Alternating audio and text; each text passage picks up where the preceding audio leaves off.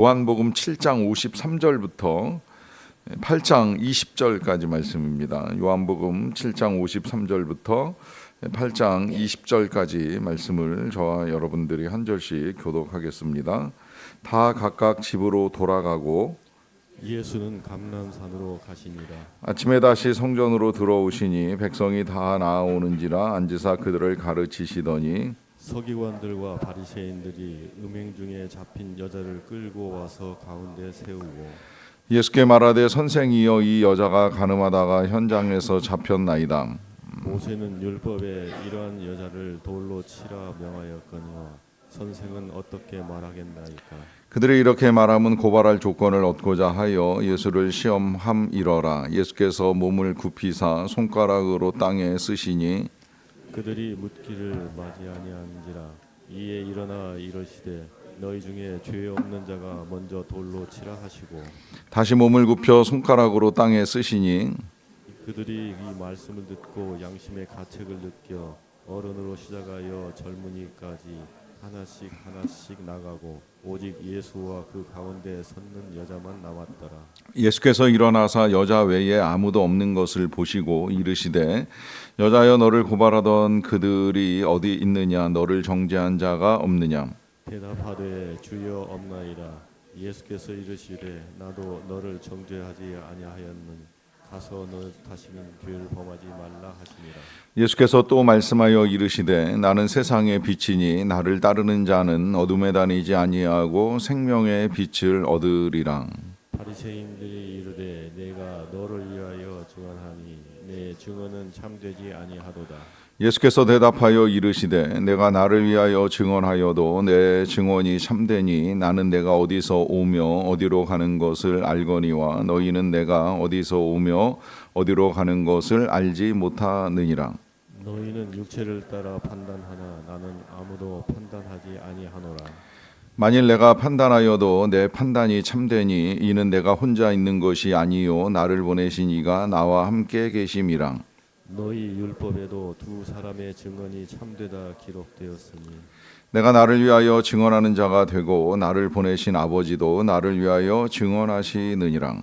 이에 그들이 묻되 내 아버지가 어디 있느냐.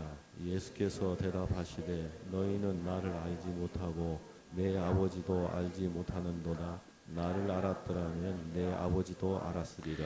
같이 읽습니다. 이 말씀은 성전에서 가르치실 때에 헌금함 앞에서 하셨으나 잡는 사람이 없으니 이는 그의 때가 아직 이르지 아니하였음이러라. 아멘. 우리가 하나님께 기도하고 하나님을 찾는 이유는 하나님의 도우심이 필요하기 때문입니다. 그러나 우리가 기도할 때 이 하나님의 도우심이 이제 하나님께서 직접적으로 이제 일을 하시므로 나타나기도 하지만 여러 상황을 통해서나 혹은 이제 사람을 통해서 우리의 도움이 임할 때가 있습니다. 그것이 이제 우리가 살아가는 세상 속에서 병원이나 의사의 도움을 받는 방식으로 예를 아니면 이제 여러 가지 기관의 도움을 받는 것도 있을 수 있겠고요. 그런 면에서 이 국가 시스템이 이제 우리를 돕는 데 있어서 하나님의 도구로서 이제 선한 작용을 할 수가 있게 됩니다. 그러하기 때문에 국가는 이제 이 국민을 돕기 위하여서 여러 가지 법을 이제 만들어서 사회 질서를 유지하고 약자를 보호하는 귀한 일들을 해나가게 됩니다. 그런데 그렇게 이제 질서를 유지하고 약자를 돕기 위하여 만들어지는 이 법이 다 이 선한 용도로만 사용되는 것이 아니지요. 법이라고 하는 것이 입법 도 필요하지만 이제 집행에 있어서도 이제 선한 방식의 집행이 필요한데 판사의 판단에 따라서 이 법의 이 집행이 이제 왜곡될 수도 있다라고 하는 이야기가 나오기도 하고요. 또 입법을 함에 있어서도 과연 국민을 위한 법인가? 이 법이 요즘 우리나라에 되게 많이 만들어지는데 국가의 필요에 의해서 만들어지는 법들이라고 하면 언제라도 이제 만들어 가야 한다 하는 생각을 할 수는 있지만 행여 보복이나 복수 혹은 누군가를 제한하거나 아니면 이제 누군가의 특권을 위하여 만들어지는 법이라고 한다면 이 법의 이제 근본적인 취지가 사라질 수도 있다라고 하는 것이죠. 율법은 절대 악한 것이 아닙니다. 율법을 예수님도 폐하시지 않겠다고 말씀하셨고 오히려 율법을 완성하시겠다라고 이제 오셨는데, 하나님이 사람들을 위해서 주신 율법 그 원래의 취지는 이제 지극히 선합니다. 우리가 십계명에 관한 말씀을 나눌 때에도 말씀드렸습니다마는, 하나님은 정말 모든 백성들이 다 하나님을 잘 섬기고 하나님을 섬기는 믿음 하에서 선한 관계들을 잘 유지하며 살아갈 수 있는 것을 압축해서 이제 10가지의 계명으로 우리에게 만들어 주셨고, 행여라도 집행에 있어서의 이제 오해가 있을까 하셔서 출애굽기하고 레위기에 이제 부수적인 이제 설명을 담긴 법을 우리에게 만들어 주셨는데, 이 하나님께서 만들어주신 법도 하나님의 선한 의도에 따라 만들어진 것이 틀림이 없지만, 그걸 이제 이 집행하는 사람들이 어떻게 사용하느냐에 따라서 그 법이 누군가에게는 굉장히 고통을 가져다주는 결과를 초래할 수도 있다는 것을 성경을 통해 보게 되지요. 이제 오늘 같은 말씀이 이제 그런 사례를 보여준다고 할 수가 있겠는데요. 오늘 현장에서 음행을 하다가 이제 잡힌 여인이 있습니다. 그 여인을 사람들이 재판관에게 끌고 가는 것이 아니라 이제 예수님에게로 끌고 왔고, 예수님에게로 끌고 온 이유가 이제 오늘 성경에 밝혀져 있는데, 그것은 이제 고발하고 또 하나는 이제 시험하기 위해서 이 여인을 예수님께로 이제 데리고 온 것이지요. 그러니까 율법 그 자체의 목적보다는 그 율법을 가지고 오늘 예수님을 어떻게 하면 이제 걸려 넘어지게 만들까라고 하는 것이 이 여인을 예수님께로 데려온 목적이라고 할 수가 있습니다. 그래서 이제 이 여인을 데리고 온 사람들이 예수님께 질문하기를, 율법에는 이렇게 간음하다가 잡힌 여자를 현장에서 돌로 치라라고 하는데 당신은 어떻게 생각하십니까? 라고 하는 이들의 질문, 이 질문의 의도를 아시지요? 그것은 하나님이 세우신 율법과 예수님이 전하신 이 자비와 사랑, 긍휼 가운데에서 어떤 선택을 할 것이냐, 어떻게 보면 이제 용서하고 놔주라라고 하는 이제 이야기를 하게 되면 하나님의 율법을 어기니 예수님께서 하나님의 아들로 오셨다라고 하는 그 증언, 오늘도 들어 있습니다마는 그 모든 증언이 이제 거짓이라라고 하는 말을 하기가 훨씬 쉬워지는 거고요. 반대로 이제 율법에 따라서 여인에게 돌로 치라라고 하는 말씀을 하시게 되면 이 예수님께서 이제 사람들에게 가르치셨던 온유, 긍휼, 자비 이제 이런 것들이 무용하게 될 것이니 어느 쪽도 이제 답하기 어려운 질문을 하기 위해서 여인을 끌고 예수님에게까지 온 것입니다. 여인의 입장에서 보면 또 한편 굉장히 난감하지요. 이 상황이 좀 의아한 것은 지금 함께 음행을 저지르던 남자는 사라졌고 여인만 잡혔고, 이 여인을 위하여 변론하거나 변호하거나 도움을 주려고 하는 사람은 단 한 사람도 없는 상황이라고 하는 것입니다. 거기에 뭐 법의 도움을 받고자 해도 지금 이 법을 집행하려고 하는 이 사람들의 의도는 뭐 어찌되었건 예수님을 곤란에 빠뜨리고 난 다음에는 이제 그들의 의도대로 여인을 이제 죽일 수도 있는 이 상황에서 여인에게 이제 남겨진 것이 있다고 한다면 죽음 내지는 이제 수치와 모욕밖에 없는 이제 그런 상황이라고 할 수 있습니다. 자, 이런 상황에서 과연 국가도 법도 그 누구도 어떤 도움도 줄 수 없는 이 상황에 예수님이 처음에 이제 보여주신 태도는 아무 말씀도 하지 아니하시고 막대기를 가져다가 땅바닥에 이제 글씨를 쓰시는 거였어요. 무슨 글씨를 쓰셨는지 뭐 여러 가지 해석이 있고, 해석 중에는 그 사람들의 죄악을 이제 혹시 기록해 놓으신 것이 아니겠는가라고 하는 해석도 있는데 명확하지는 않고요. 정확하게 알 수는 없습니다. 한 가지 분명한 건 글씨를 쓰는 동안에 시간이 걸렸고, 그 시간을 기다리는 동안에 사람들은 이제 답답하니까 계속 질문을 하게 된다는 것이죠. 어떻게 하시겠느냐라고 하는 질문을 했던 것입니다. 이제 이런 시간, 우리에게 있어서도 누군가 우리를 도와줄 수 없고, 또 우리는 절박하고 간절하게 하나님의 도우심을 구하며 나아갈 때에 하나님이 아무 말씀도 아니하시고 마치 예수님이 글씨를 쓰시는 것 같이 지연되는 시간이 있을 수 있다라고 하는 거예요. 그 이유가 명확하게 알 수 없습니다. 왜 그런 태도를 취하시는지 우리가 어찌 알겠습니까? 그런데 그렇게 글씨를 쓰시던 예수님께서 고개를 드시고 사람들을 바라보시면서 말씀을 하실 때에 이제 우리 예수님이 이제 응답하시는 역사가 나타나게 되는데, 이때 예수님께서 하시던 말씀이 바로 이 말씀이시지요. 너희 중에서 죄 없는 자가 먼저 돌로 치라라고 하시는 말씀입니다.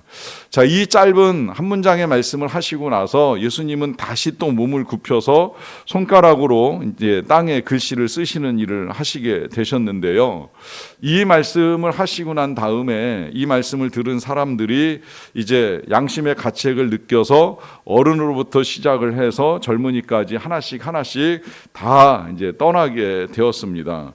저는 이 말씀 속에서 이 사람들이 양심의 가책을 느꼈다, 그래서 결국은 들고 있던 돌을 내려놓고 여인과 예수님의 곁을 떠났다라고 하는 이 사실에 있어서도 그나마 다행이고 참 괜찮다, 이런 생각을 하게 되었습니다. 그들이 비록 돌을 들고 달려오고 돌을 들고 이 여인을 치려고는 했지만 예수님의 말씀에 자극을 받았잖아요. 가책을 느꼈잖아요.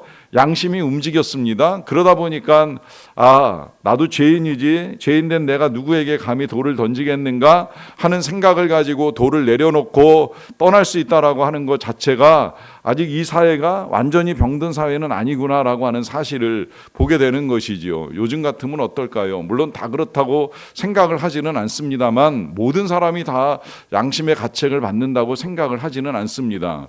이 양심이라고 하는 걸 누가 설명하더라고요.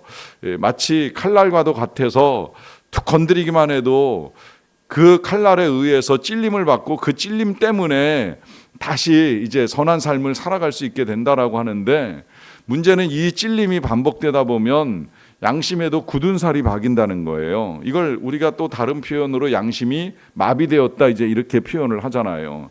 양심이 마비가 되고 나면 누가 어떤 말을 해도 예수님께서 말씀을 하신다고 할지라도 전혀 자극 내지는 가책, 그 어떤 것도 일어나지 않는다는 거예요. 이제 그래서 어제 우리의 마음이 강팍해지고 굳어지면 뒤집어 엎는 기경의 역사가 나타나기까지는 아무리 선한 말씀에 씨앗이 뿌려진다 한들 절대 자랄 수가 없는 거예요. 뿌리를 내리지 못하는 거예요. 그러니까 우리가 늘 함께 돌아봐야 되는 건 믿음과 함께 선한 양심입니다. 이게 사도 바울이 편지에서 자주 당부하는 내용인 거예요. 믿음과 함께 선한 양심을 지키라.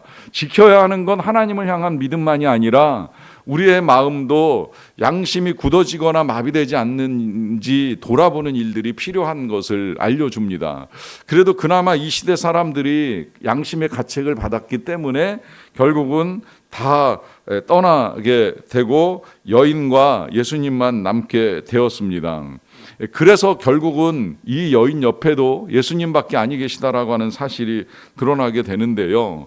자, 이 양심이 중요한 이유 중에 하나는, 양심이 가책을 받는다는 건 스스로의 죄악을 깨닫는 것을 의미하는 것이고, 죄악을 깨닫는 것이 필요한 또 하나의 이유는 그 죄를 깨달을 때라야 주님의 은혜가 얼마나 큰가 하는 사실을 알기 때문입니다. 때로 이 죄인된 우리의 현실을 받아들이는 것을 힘들어하시는 분들이 계시고, 여전히 이 죄인이라고 하는 점에 있어서 의문을 제기하시는 분들이 계시는데, 제가 그래서 거꾸로 정말 성경을 다시 읽어보면서 들여다보면 우리가 죄인이라는 사실을 빼고 성경을 읽게 되면 과연 하나님의 은혜가 얼마나 큰지를 이해할 수 있을까라고 하는 의문을 다시 갖게 되는 거예요. 우리가 죄인일 때라야 예수 그리스도께서 우리를 위하여 행하신 일 뿐만 아니라 하나님이 얼마나 우리를 긍휼히 여겨주셨는지를 분명히 알게 되는데, 죄인이라고 하는 사실을 알지 못하다 보니까 은혜도 사라지게 되고, 은혜에 무지해지면 오히려 우리가 지금 이 여인만도 못한 삶을 살게 되는 건 아닌가 하는 생각을 하게 되는 거죠. 이 여인만도 못한 삶이라고 말씀을 드리는 이유는 이 여인이 지금까지 행해왔던 것이 선하다고 이야기를 하지는 않습니다. 그런데 놀라운 건 이 여인은 죄악 가운데 예수님을 만납니다. 지금까지 자신의 주변에는 자신과 함께 악을 저지르다가 도망간 남자와 아니면 자신을 죽이겠다고 덤벼들던 사람들밖에 없었습니다.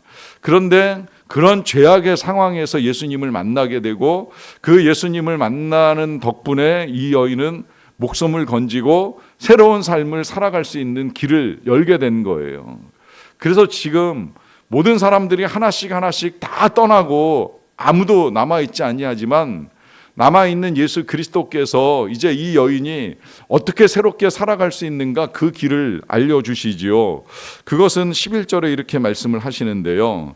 나도 너를 정죄하지 아니하노니 가서 다시는 죄를 범하지 말라라고 하시는 말씀입니다. 여기에 이제 지금까지 악한 길을 걸어왔던 여인을 용서하시고 이제 이 여인이 어떻게 살아가야 하는가 하는 것을 알려주시는 예수님의 의도가 들어있지요. 그것은 이제 이후로 다시는 죄를 범하지 말라는 거예요. 지금 이 순간 예수님을 통해서 하나님의 용서를 받게 되었으니 이제 남은 생에는 죄와 멀어진 삶을 살아야 될 것에 대한 당부입니다. 그런데 여러분, 이 사실이 우리가 말씀으로 듣기는 하여도 사실 실천으로 옮기기는 어렵습니다. 왜냐하면 우리도 죄 가운데 용서받았다라고 하는 사실은 분명히 알고 있지만 이후의 삶을 사는 우리의 모습을 보게 되면 여전히 죄악 가운데 거하고 있다는 사실을 깨달을 때가 많거든요. 그런 우리를 위하여서 예수님이 한 말씀을 더 하시지요. 12절에 이어집니다.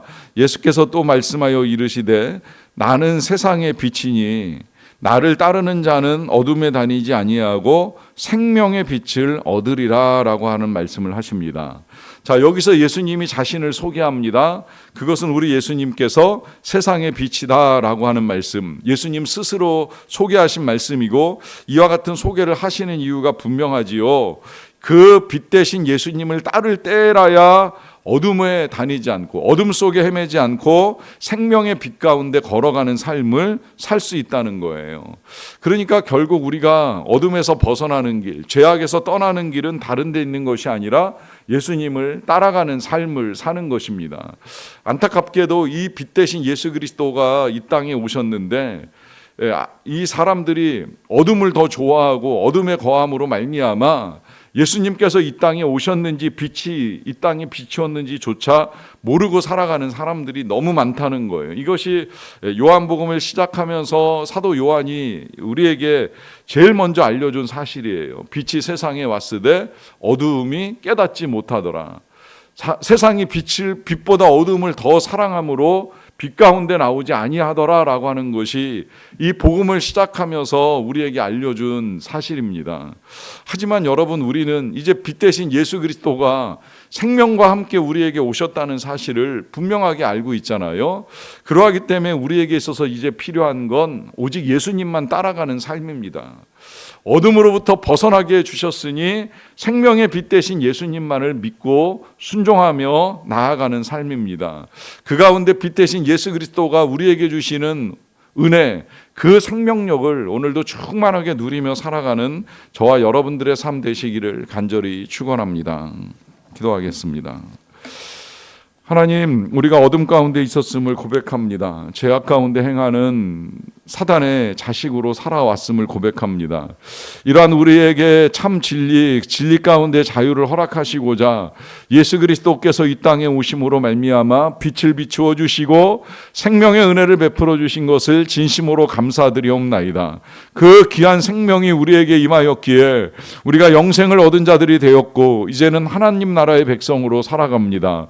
하옵나니 하나님 나라 백성으로 살기에 합당한 성령의 충만함을 더하여 주시옵소서. 성령의 능력을 더하여 주시기를 원합니다. 오늘도 예수님을 따라가는 삶이 되기를 원합니다. 빛 대신 예수님을 바라보며 예수님이 행하신 그 길을 우리도 걸어가는 자들이 되게 하여 주시옵소서. 행여라도 여전히 어두움에 빠져 있지 않게 도와주시고 어둠의 일들을 도모하지 않게 하여 주시며 어둠 가운데 있는 것을 당연하게 여기지 않게 하여 주시옵소서. 빛 가운데 살아가는 가운데에 생명의 빛이신 예수 그리스도께서 우리에게 베풀어 주시는 바 그 빛의 역사, 생명의 역사를 오늘도 충만하게 경험하며 나아가는 우리의 삶이 되기를 간절히 원합니다. 그 생명의 역사가 특별히 병상에 있는 우리 환우들에게 나타나게 하여 주시옵소서. 치료하는 광선을 발하여 주시고 은혜 가운데 고침받게 하여 주시고 하나님의 능력으로 다시 일어나 걷기도 하고 뛰기도 하며 일상들을 살아가시는 모든 주의 백성들이 되게 하여 주시옵소서. 영생으로 들어가기 위하여 남은 생애를 보내고 계시는 분의 평안을 지켜주시고 마음의 믿음이 흔들림이 없도록 도와주시고 남은 시간들이 고통스럽지 아니하도록 하나님께서 선하게 다스려 주시기를 주시기를 간절히 원합니다. 하나님, 곳곳에 여러 가지 악한 일들이 저질러지고 있는 이때에 하나님, 우리 양심에 마비되는 일들이 벌어지지 않도록 도와주시옵소서. 나라를 다스리는 모든 사람들의 마음이 정말 국민을 사랑하는 마음으로 각성되게 도와주시고, 이 어려운 때에 국민을 위하여 선한 판단과 결정들을 잘 이루어 갈 수 있도록 은혜를 내리워 주시기를 간절히 원합니다. 특별히 여러 가지 국제적으로 어려운 일들이 벌어지고 있는 이때에 전쟁으로 신음하는 땅에 하나님께서 평화를 속히 허락하여 주시고, 또 전쟁의 기운이 감도는 곳에도 선한 평화를 이루어갈 수 있는 일들이 도모되기를 간절히 원합니다. 모든 일들을 통해 만민이 선하게 살아가기를 원하시는 하나님의 뜻이 땅에서 이루어지기를 간절히 원하옵고 예수님의 이름으로 기도하옵나이다. 아멘.